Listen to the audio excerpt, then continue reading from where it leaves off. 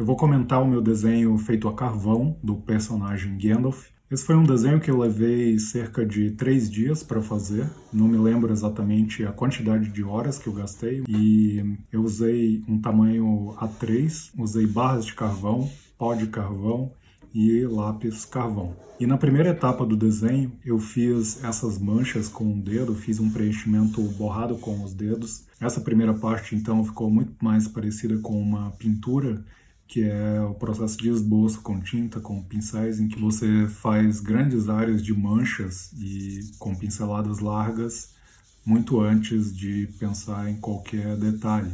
Então aqui eu estou fazendo algo semelhante à segunda etapa do desenho, aquela em que nós separamos as áreas de luz e sombra usando apenas um tom. Então eu também aproveito um pouco essa etapa para criar alguns efeitos de relevo, de volume, com essa textura que o carvão te dá quando você espalha ele com os dedos e obtém um efeito semelhante ao de pinceladas numa pintura. Nesse segundo passo, a partir do momento que eu tenho um fundo escuro e uma referência de tons geral, eu então começo a trabalhar com limpa-tipos, uma borracha, para abrir espaços de luz em todas essas áreas. E assim como na separação de luz e sombra nós temos aquelas áreas gerais, que você pode começar preenchendo com um único tom, aqui quando eu começo a acrescentar as luzes, eu começo pelas luzes altas, para eu continuar a escala de tons. Uma vez que eu separei as áreas de luminosidade, eu acrescentei ali alguns tons médios para aumentar a tridimensionalidade e só em seguida comecei a aplicar contornos escuros mais próximos do preto para reforçar então esse volume. Nesse próximo passo eu comecei a fazer os cabelos e novamente eu comecei usando a borracha e abrindo claridades, dessa vez com bem mais detalhe, com linhas bem mais finas do que aquelas que eu usei no chapéu, para criar a textura de cabelo. Então primeiro eu vou abrindo a claridade das linhas, para só em seguida fazer contornos mais escuros e separar dentro dessas áreas finas, pequenas, fios e áreas ainda menores de claridade.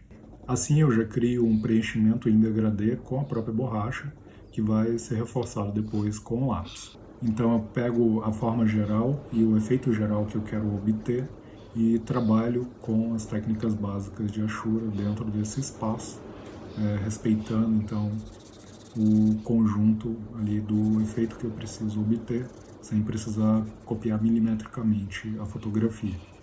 Isso é algo que você aprende do desenho de observação. Uma vez que você observa um modelo e você se movimenta um pouco, e se é um modelo vivo, o próprio modelo se movimenta um pouco, então você nunca tem uma imagem estática, você acaba aprendendo a fazer essa síntese para economizar então o seu tempo, para não ficar errando a todo momento. Então o seu processo fica muito mais fácil, você comete muito menos erros se você começa sintetizando a forma geral do modelo e vai acrescentando partes, subdividindo ao longo do seu desenho. E passando para o rosto, eu fiz aquela primeira etapa básica de fazer o esboço com linhas retas. Então o efeito de contraste entre a luz máxima do branco do papel e o preto do carvão é muito mais alto do que o grafite. Isso aumenta então um pouco a escala de tons e acaba facilitando criar um efeito de tridimensionalidade. Até eu completar a sombra abaixo da borda do chapéu e fazer toda a transição de tons na testa, levou bastante tempo para conseguir criar todos os efeitos de ondulação da pele e das rugas e acrescentar os detalhes de textura. Uma vez que eu estabeleci essa diferença de tonalidade, de profundidade, de ângulo, ficou bem mais fácil descer fazendo o restante do rosto e foi relativamente bem mais rápido do que fazer essa área.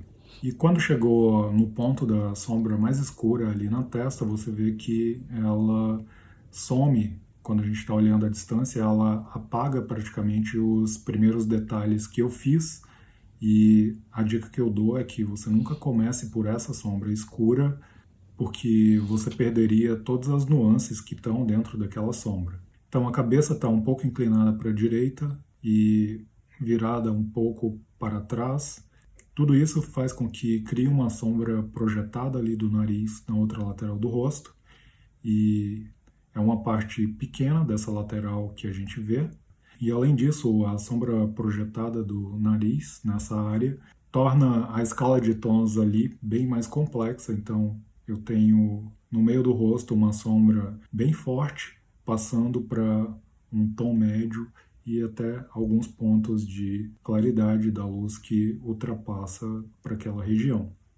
Todos esses efeitos ficam muito mais ricos se você vai preservando a textura do papel, o branco do papel, e fazendo a sobreposição por camadas. É bom você ter uma referência, e nesse momento eu tenho aí a referência da sombra mais escura, que está bem na divisão da área do chapéu e da cabeça, e a partir dessa referência eu vou modulando a transição de tons até chegar na claridade máxima e alguns reflexos na pele e no rosto.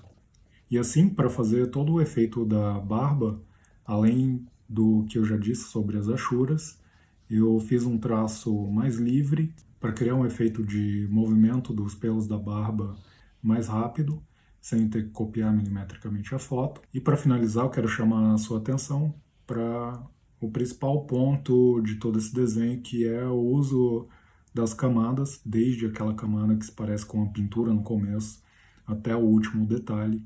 Eu uso as camadas para criar esse efeito, esse resultado final de tridimensionalidade, sem precisar ficar copiando milimetricamente a foto. Eu tento submeter todas as técnicas, todos os efeitos a esse objetivo final, que é criar uma experiência de ver um objeto tridimensional, mas que nesse caso é apenas uma ilusão criada pela técnica de desenho. Então é isso, eu espero que você tenha gostado de todas essas dicas e que você possa aproveitar elas nos seus desenhos. Espero que você tenha gostado do comentário sobre esse desenho. Muito obrigado e até a próxima.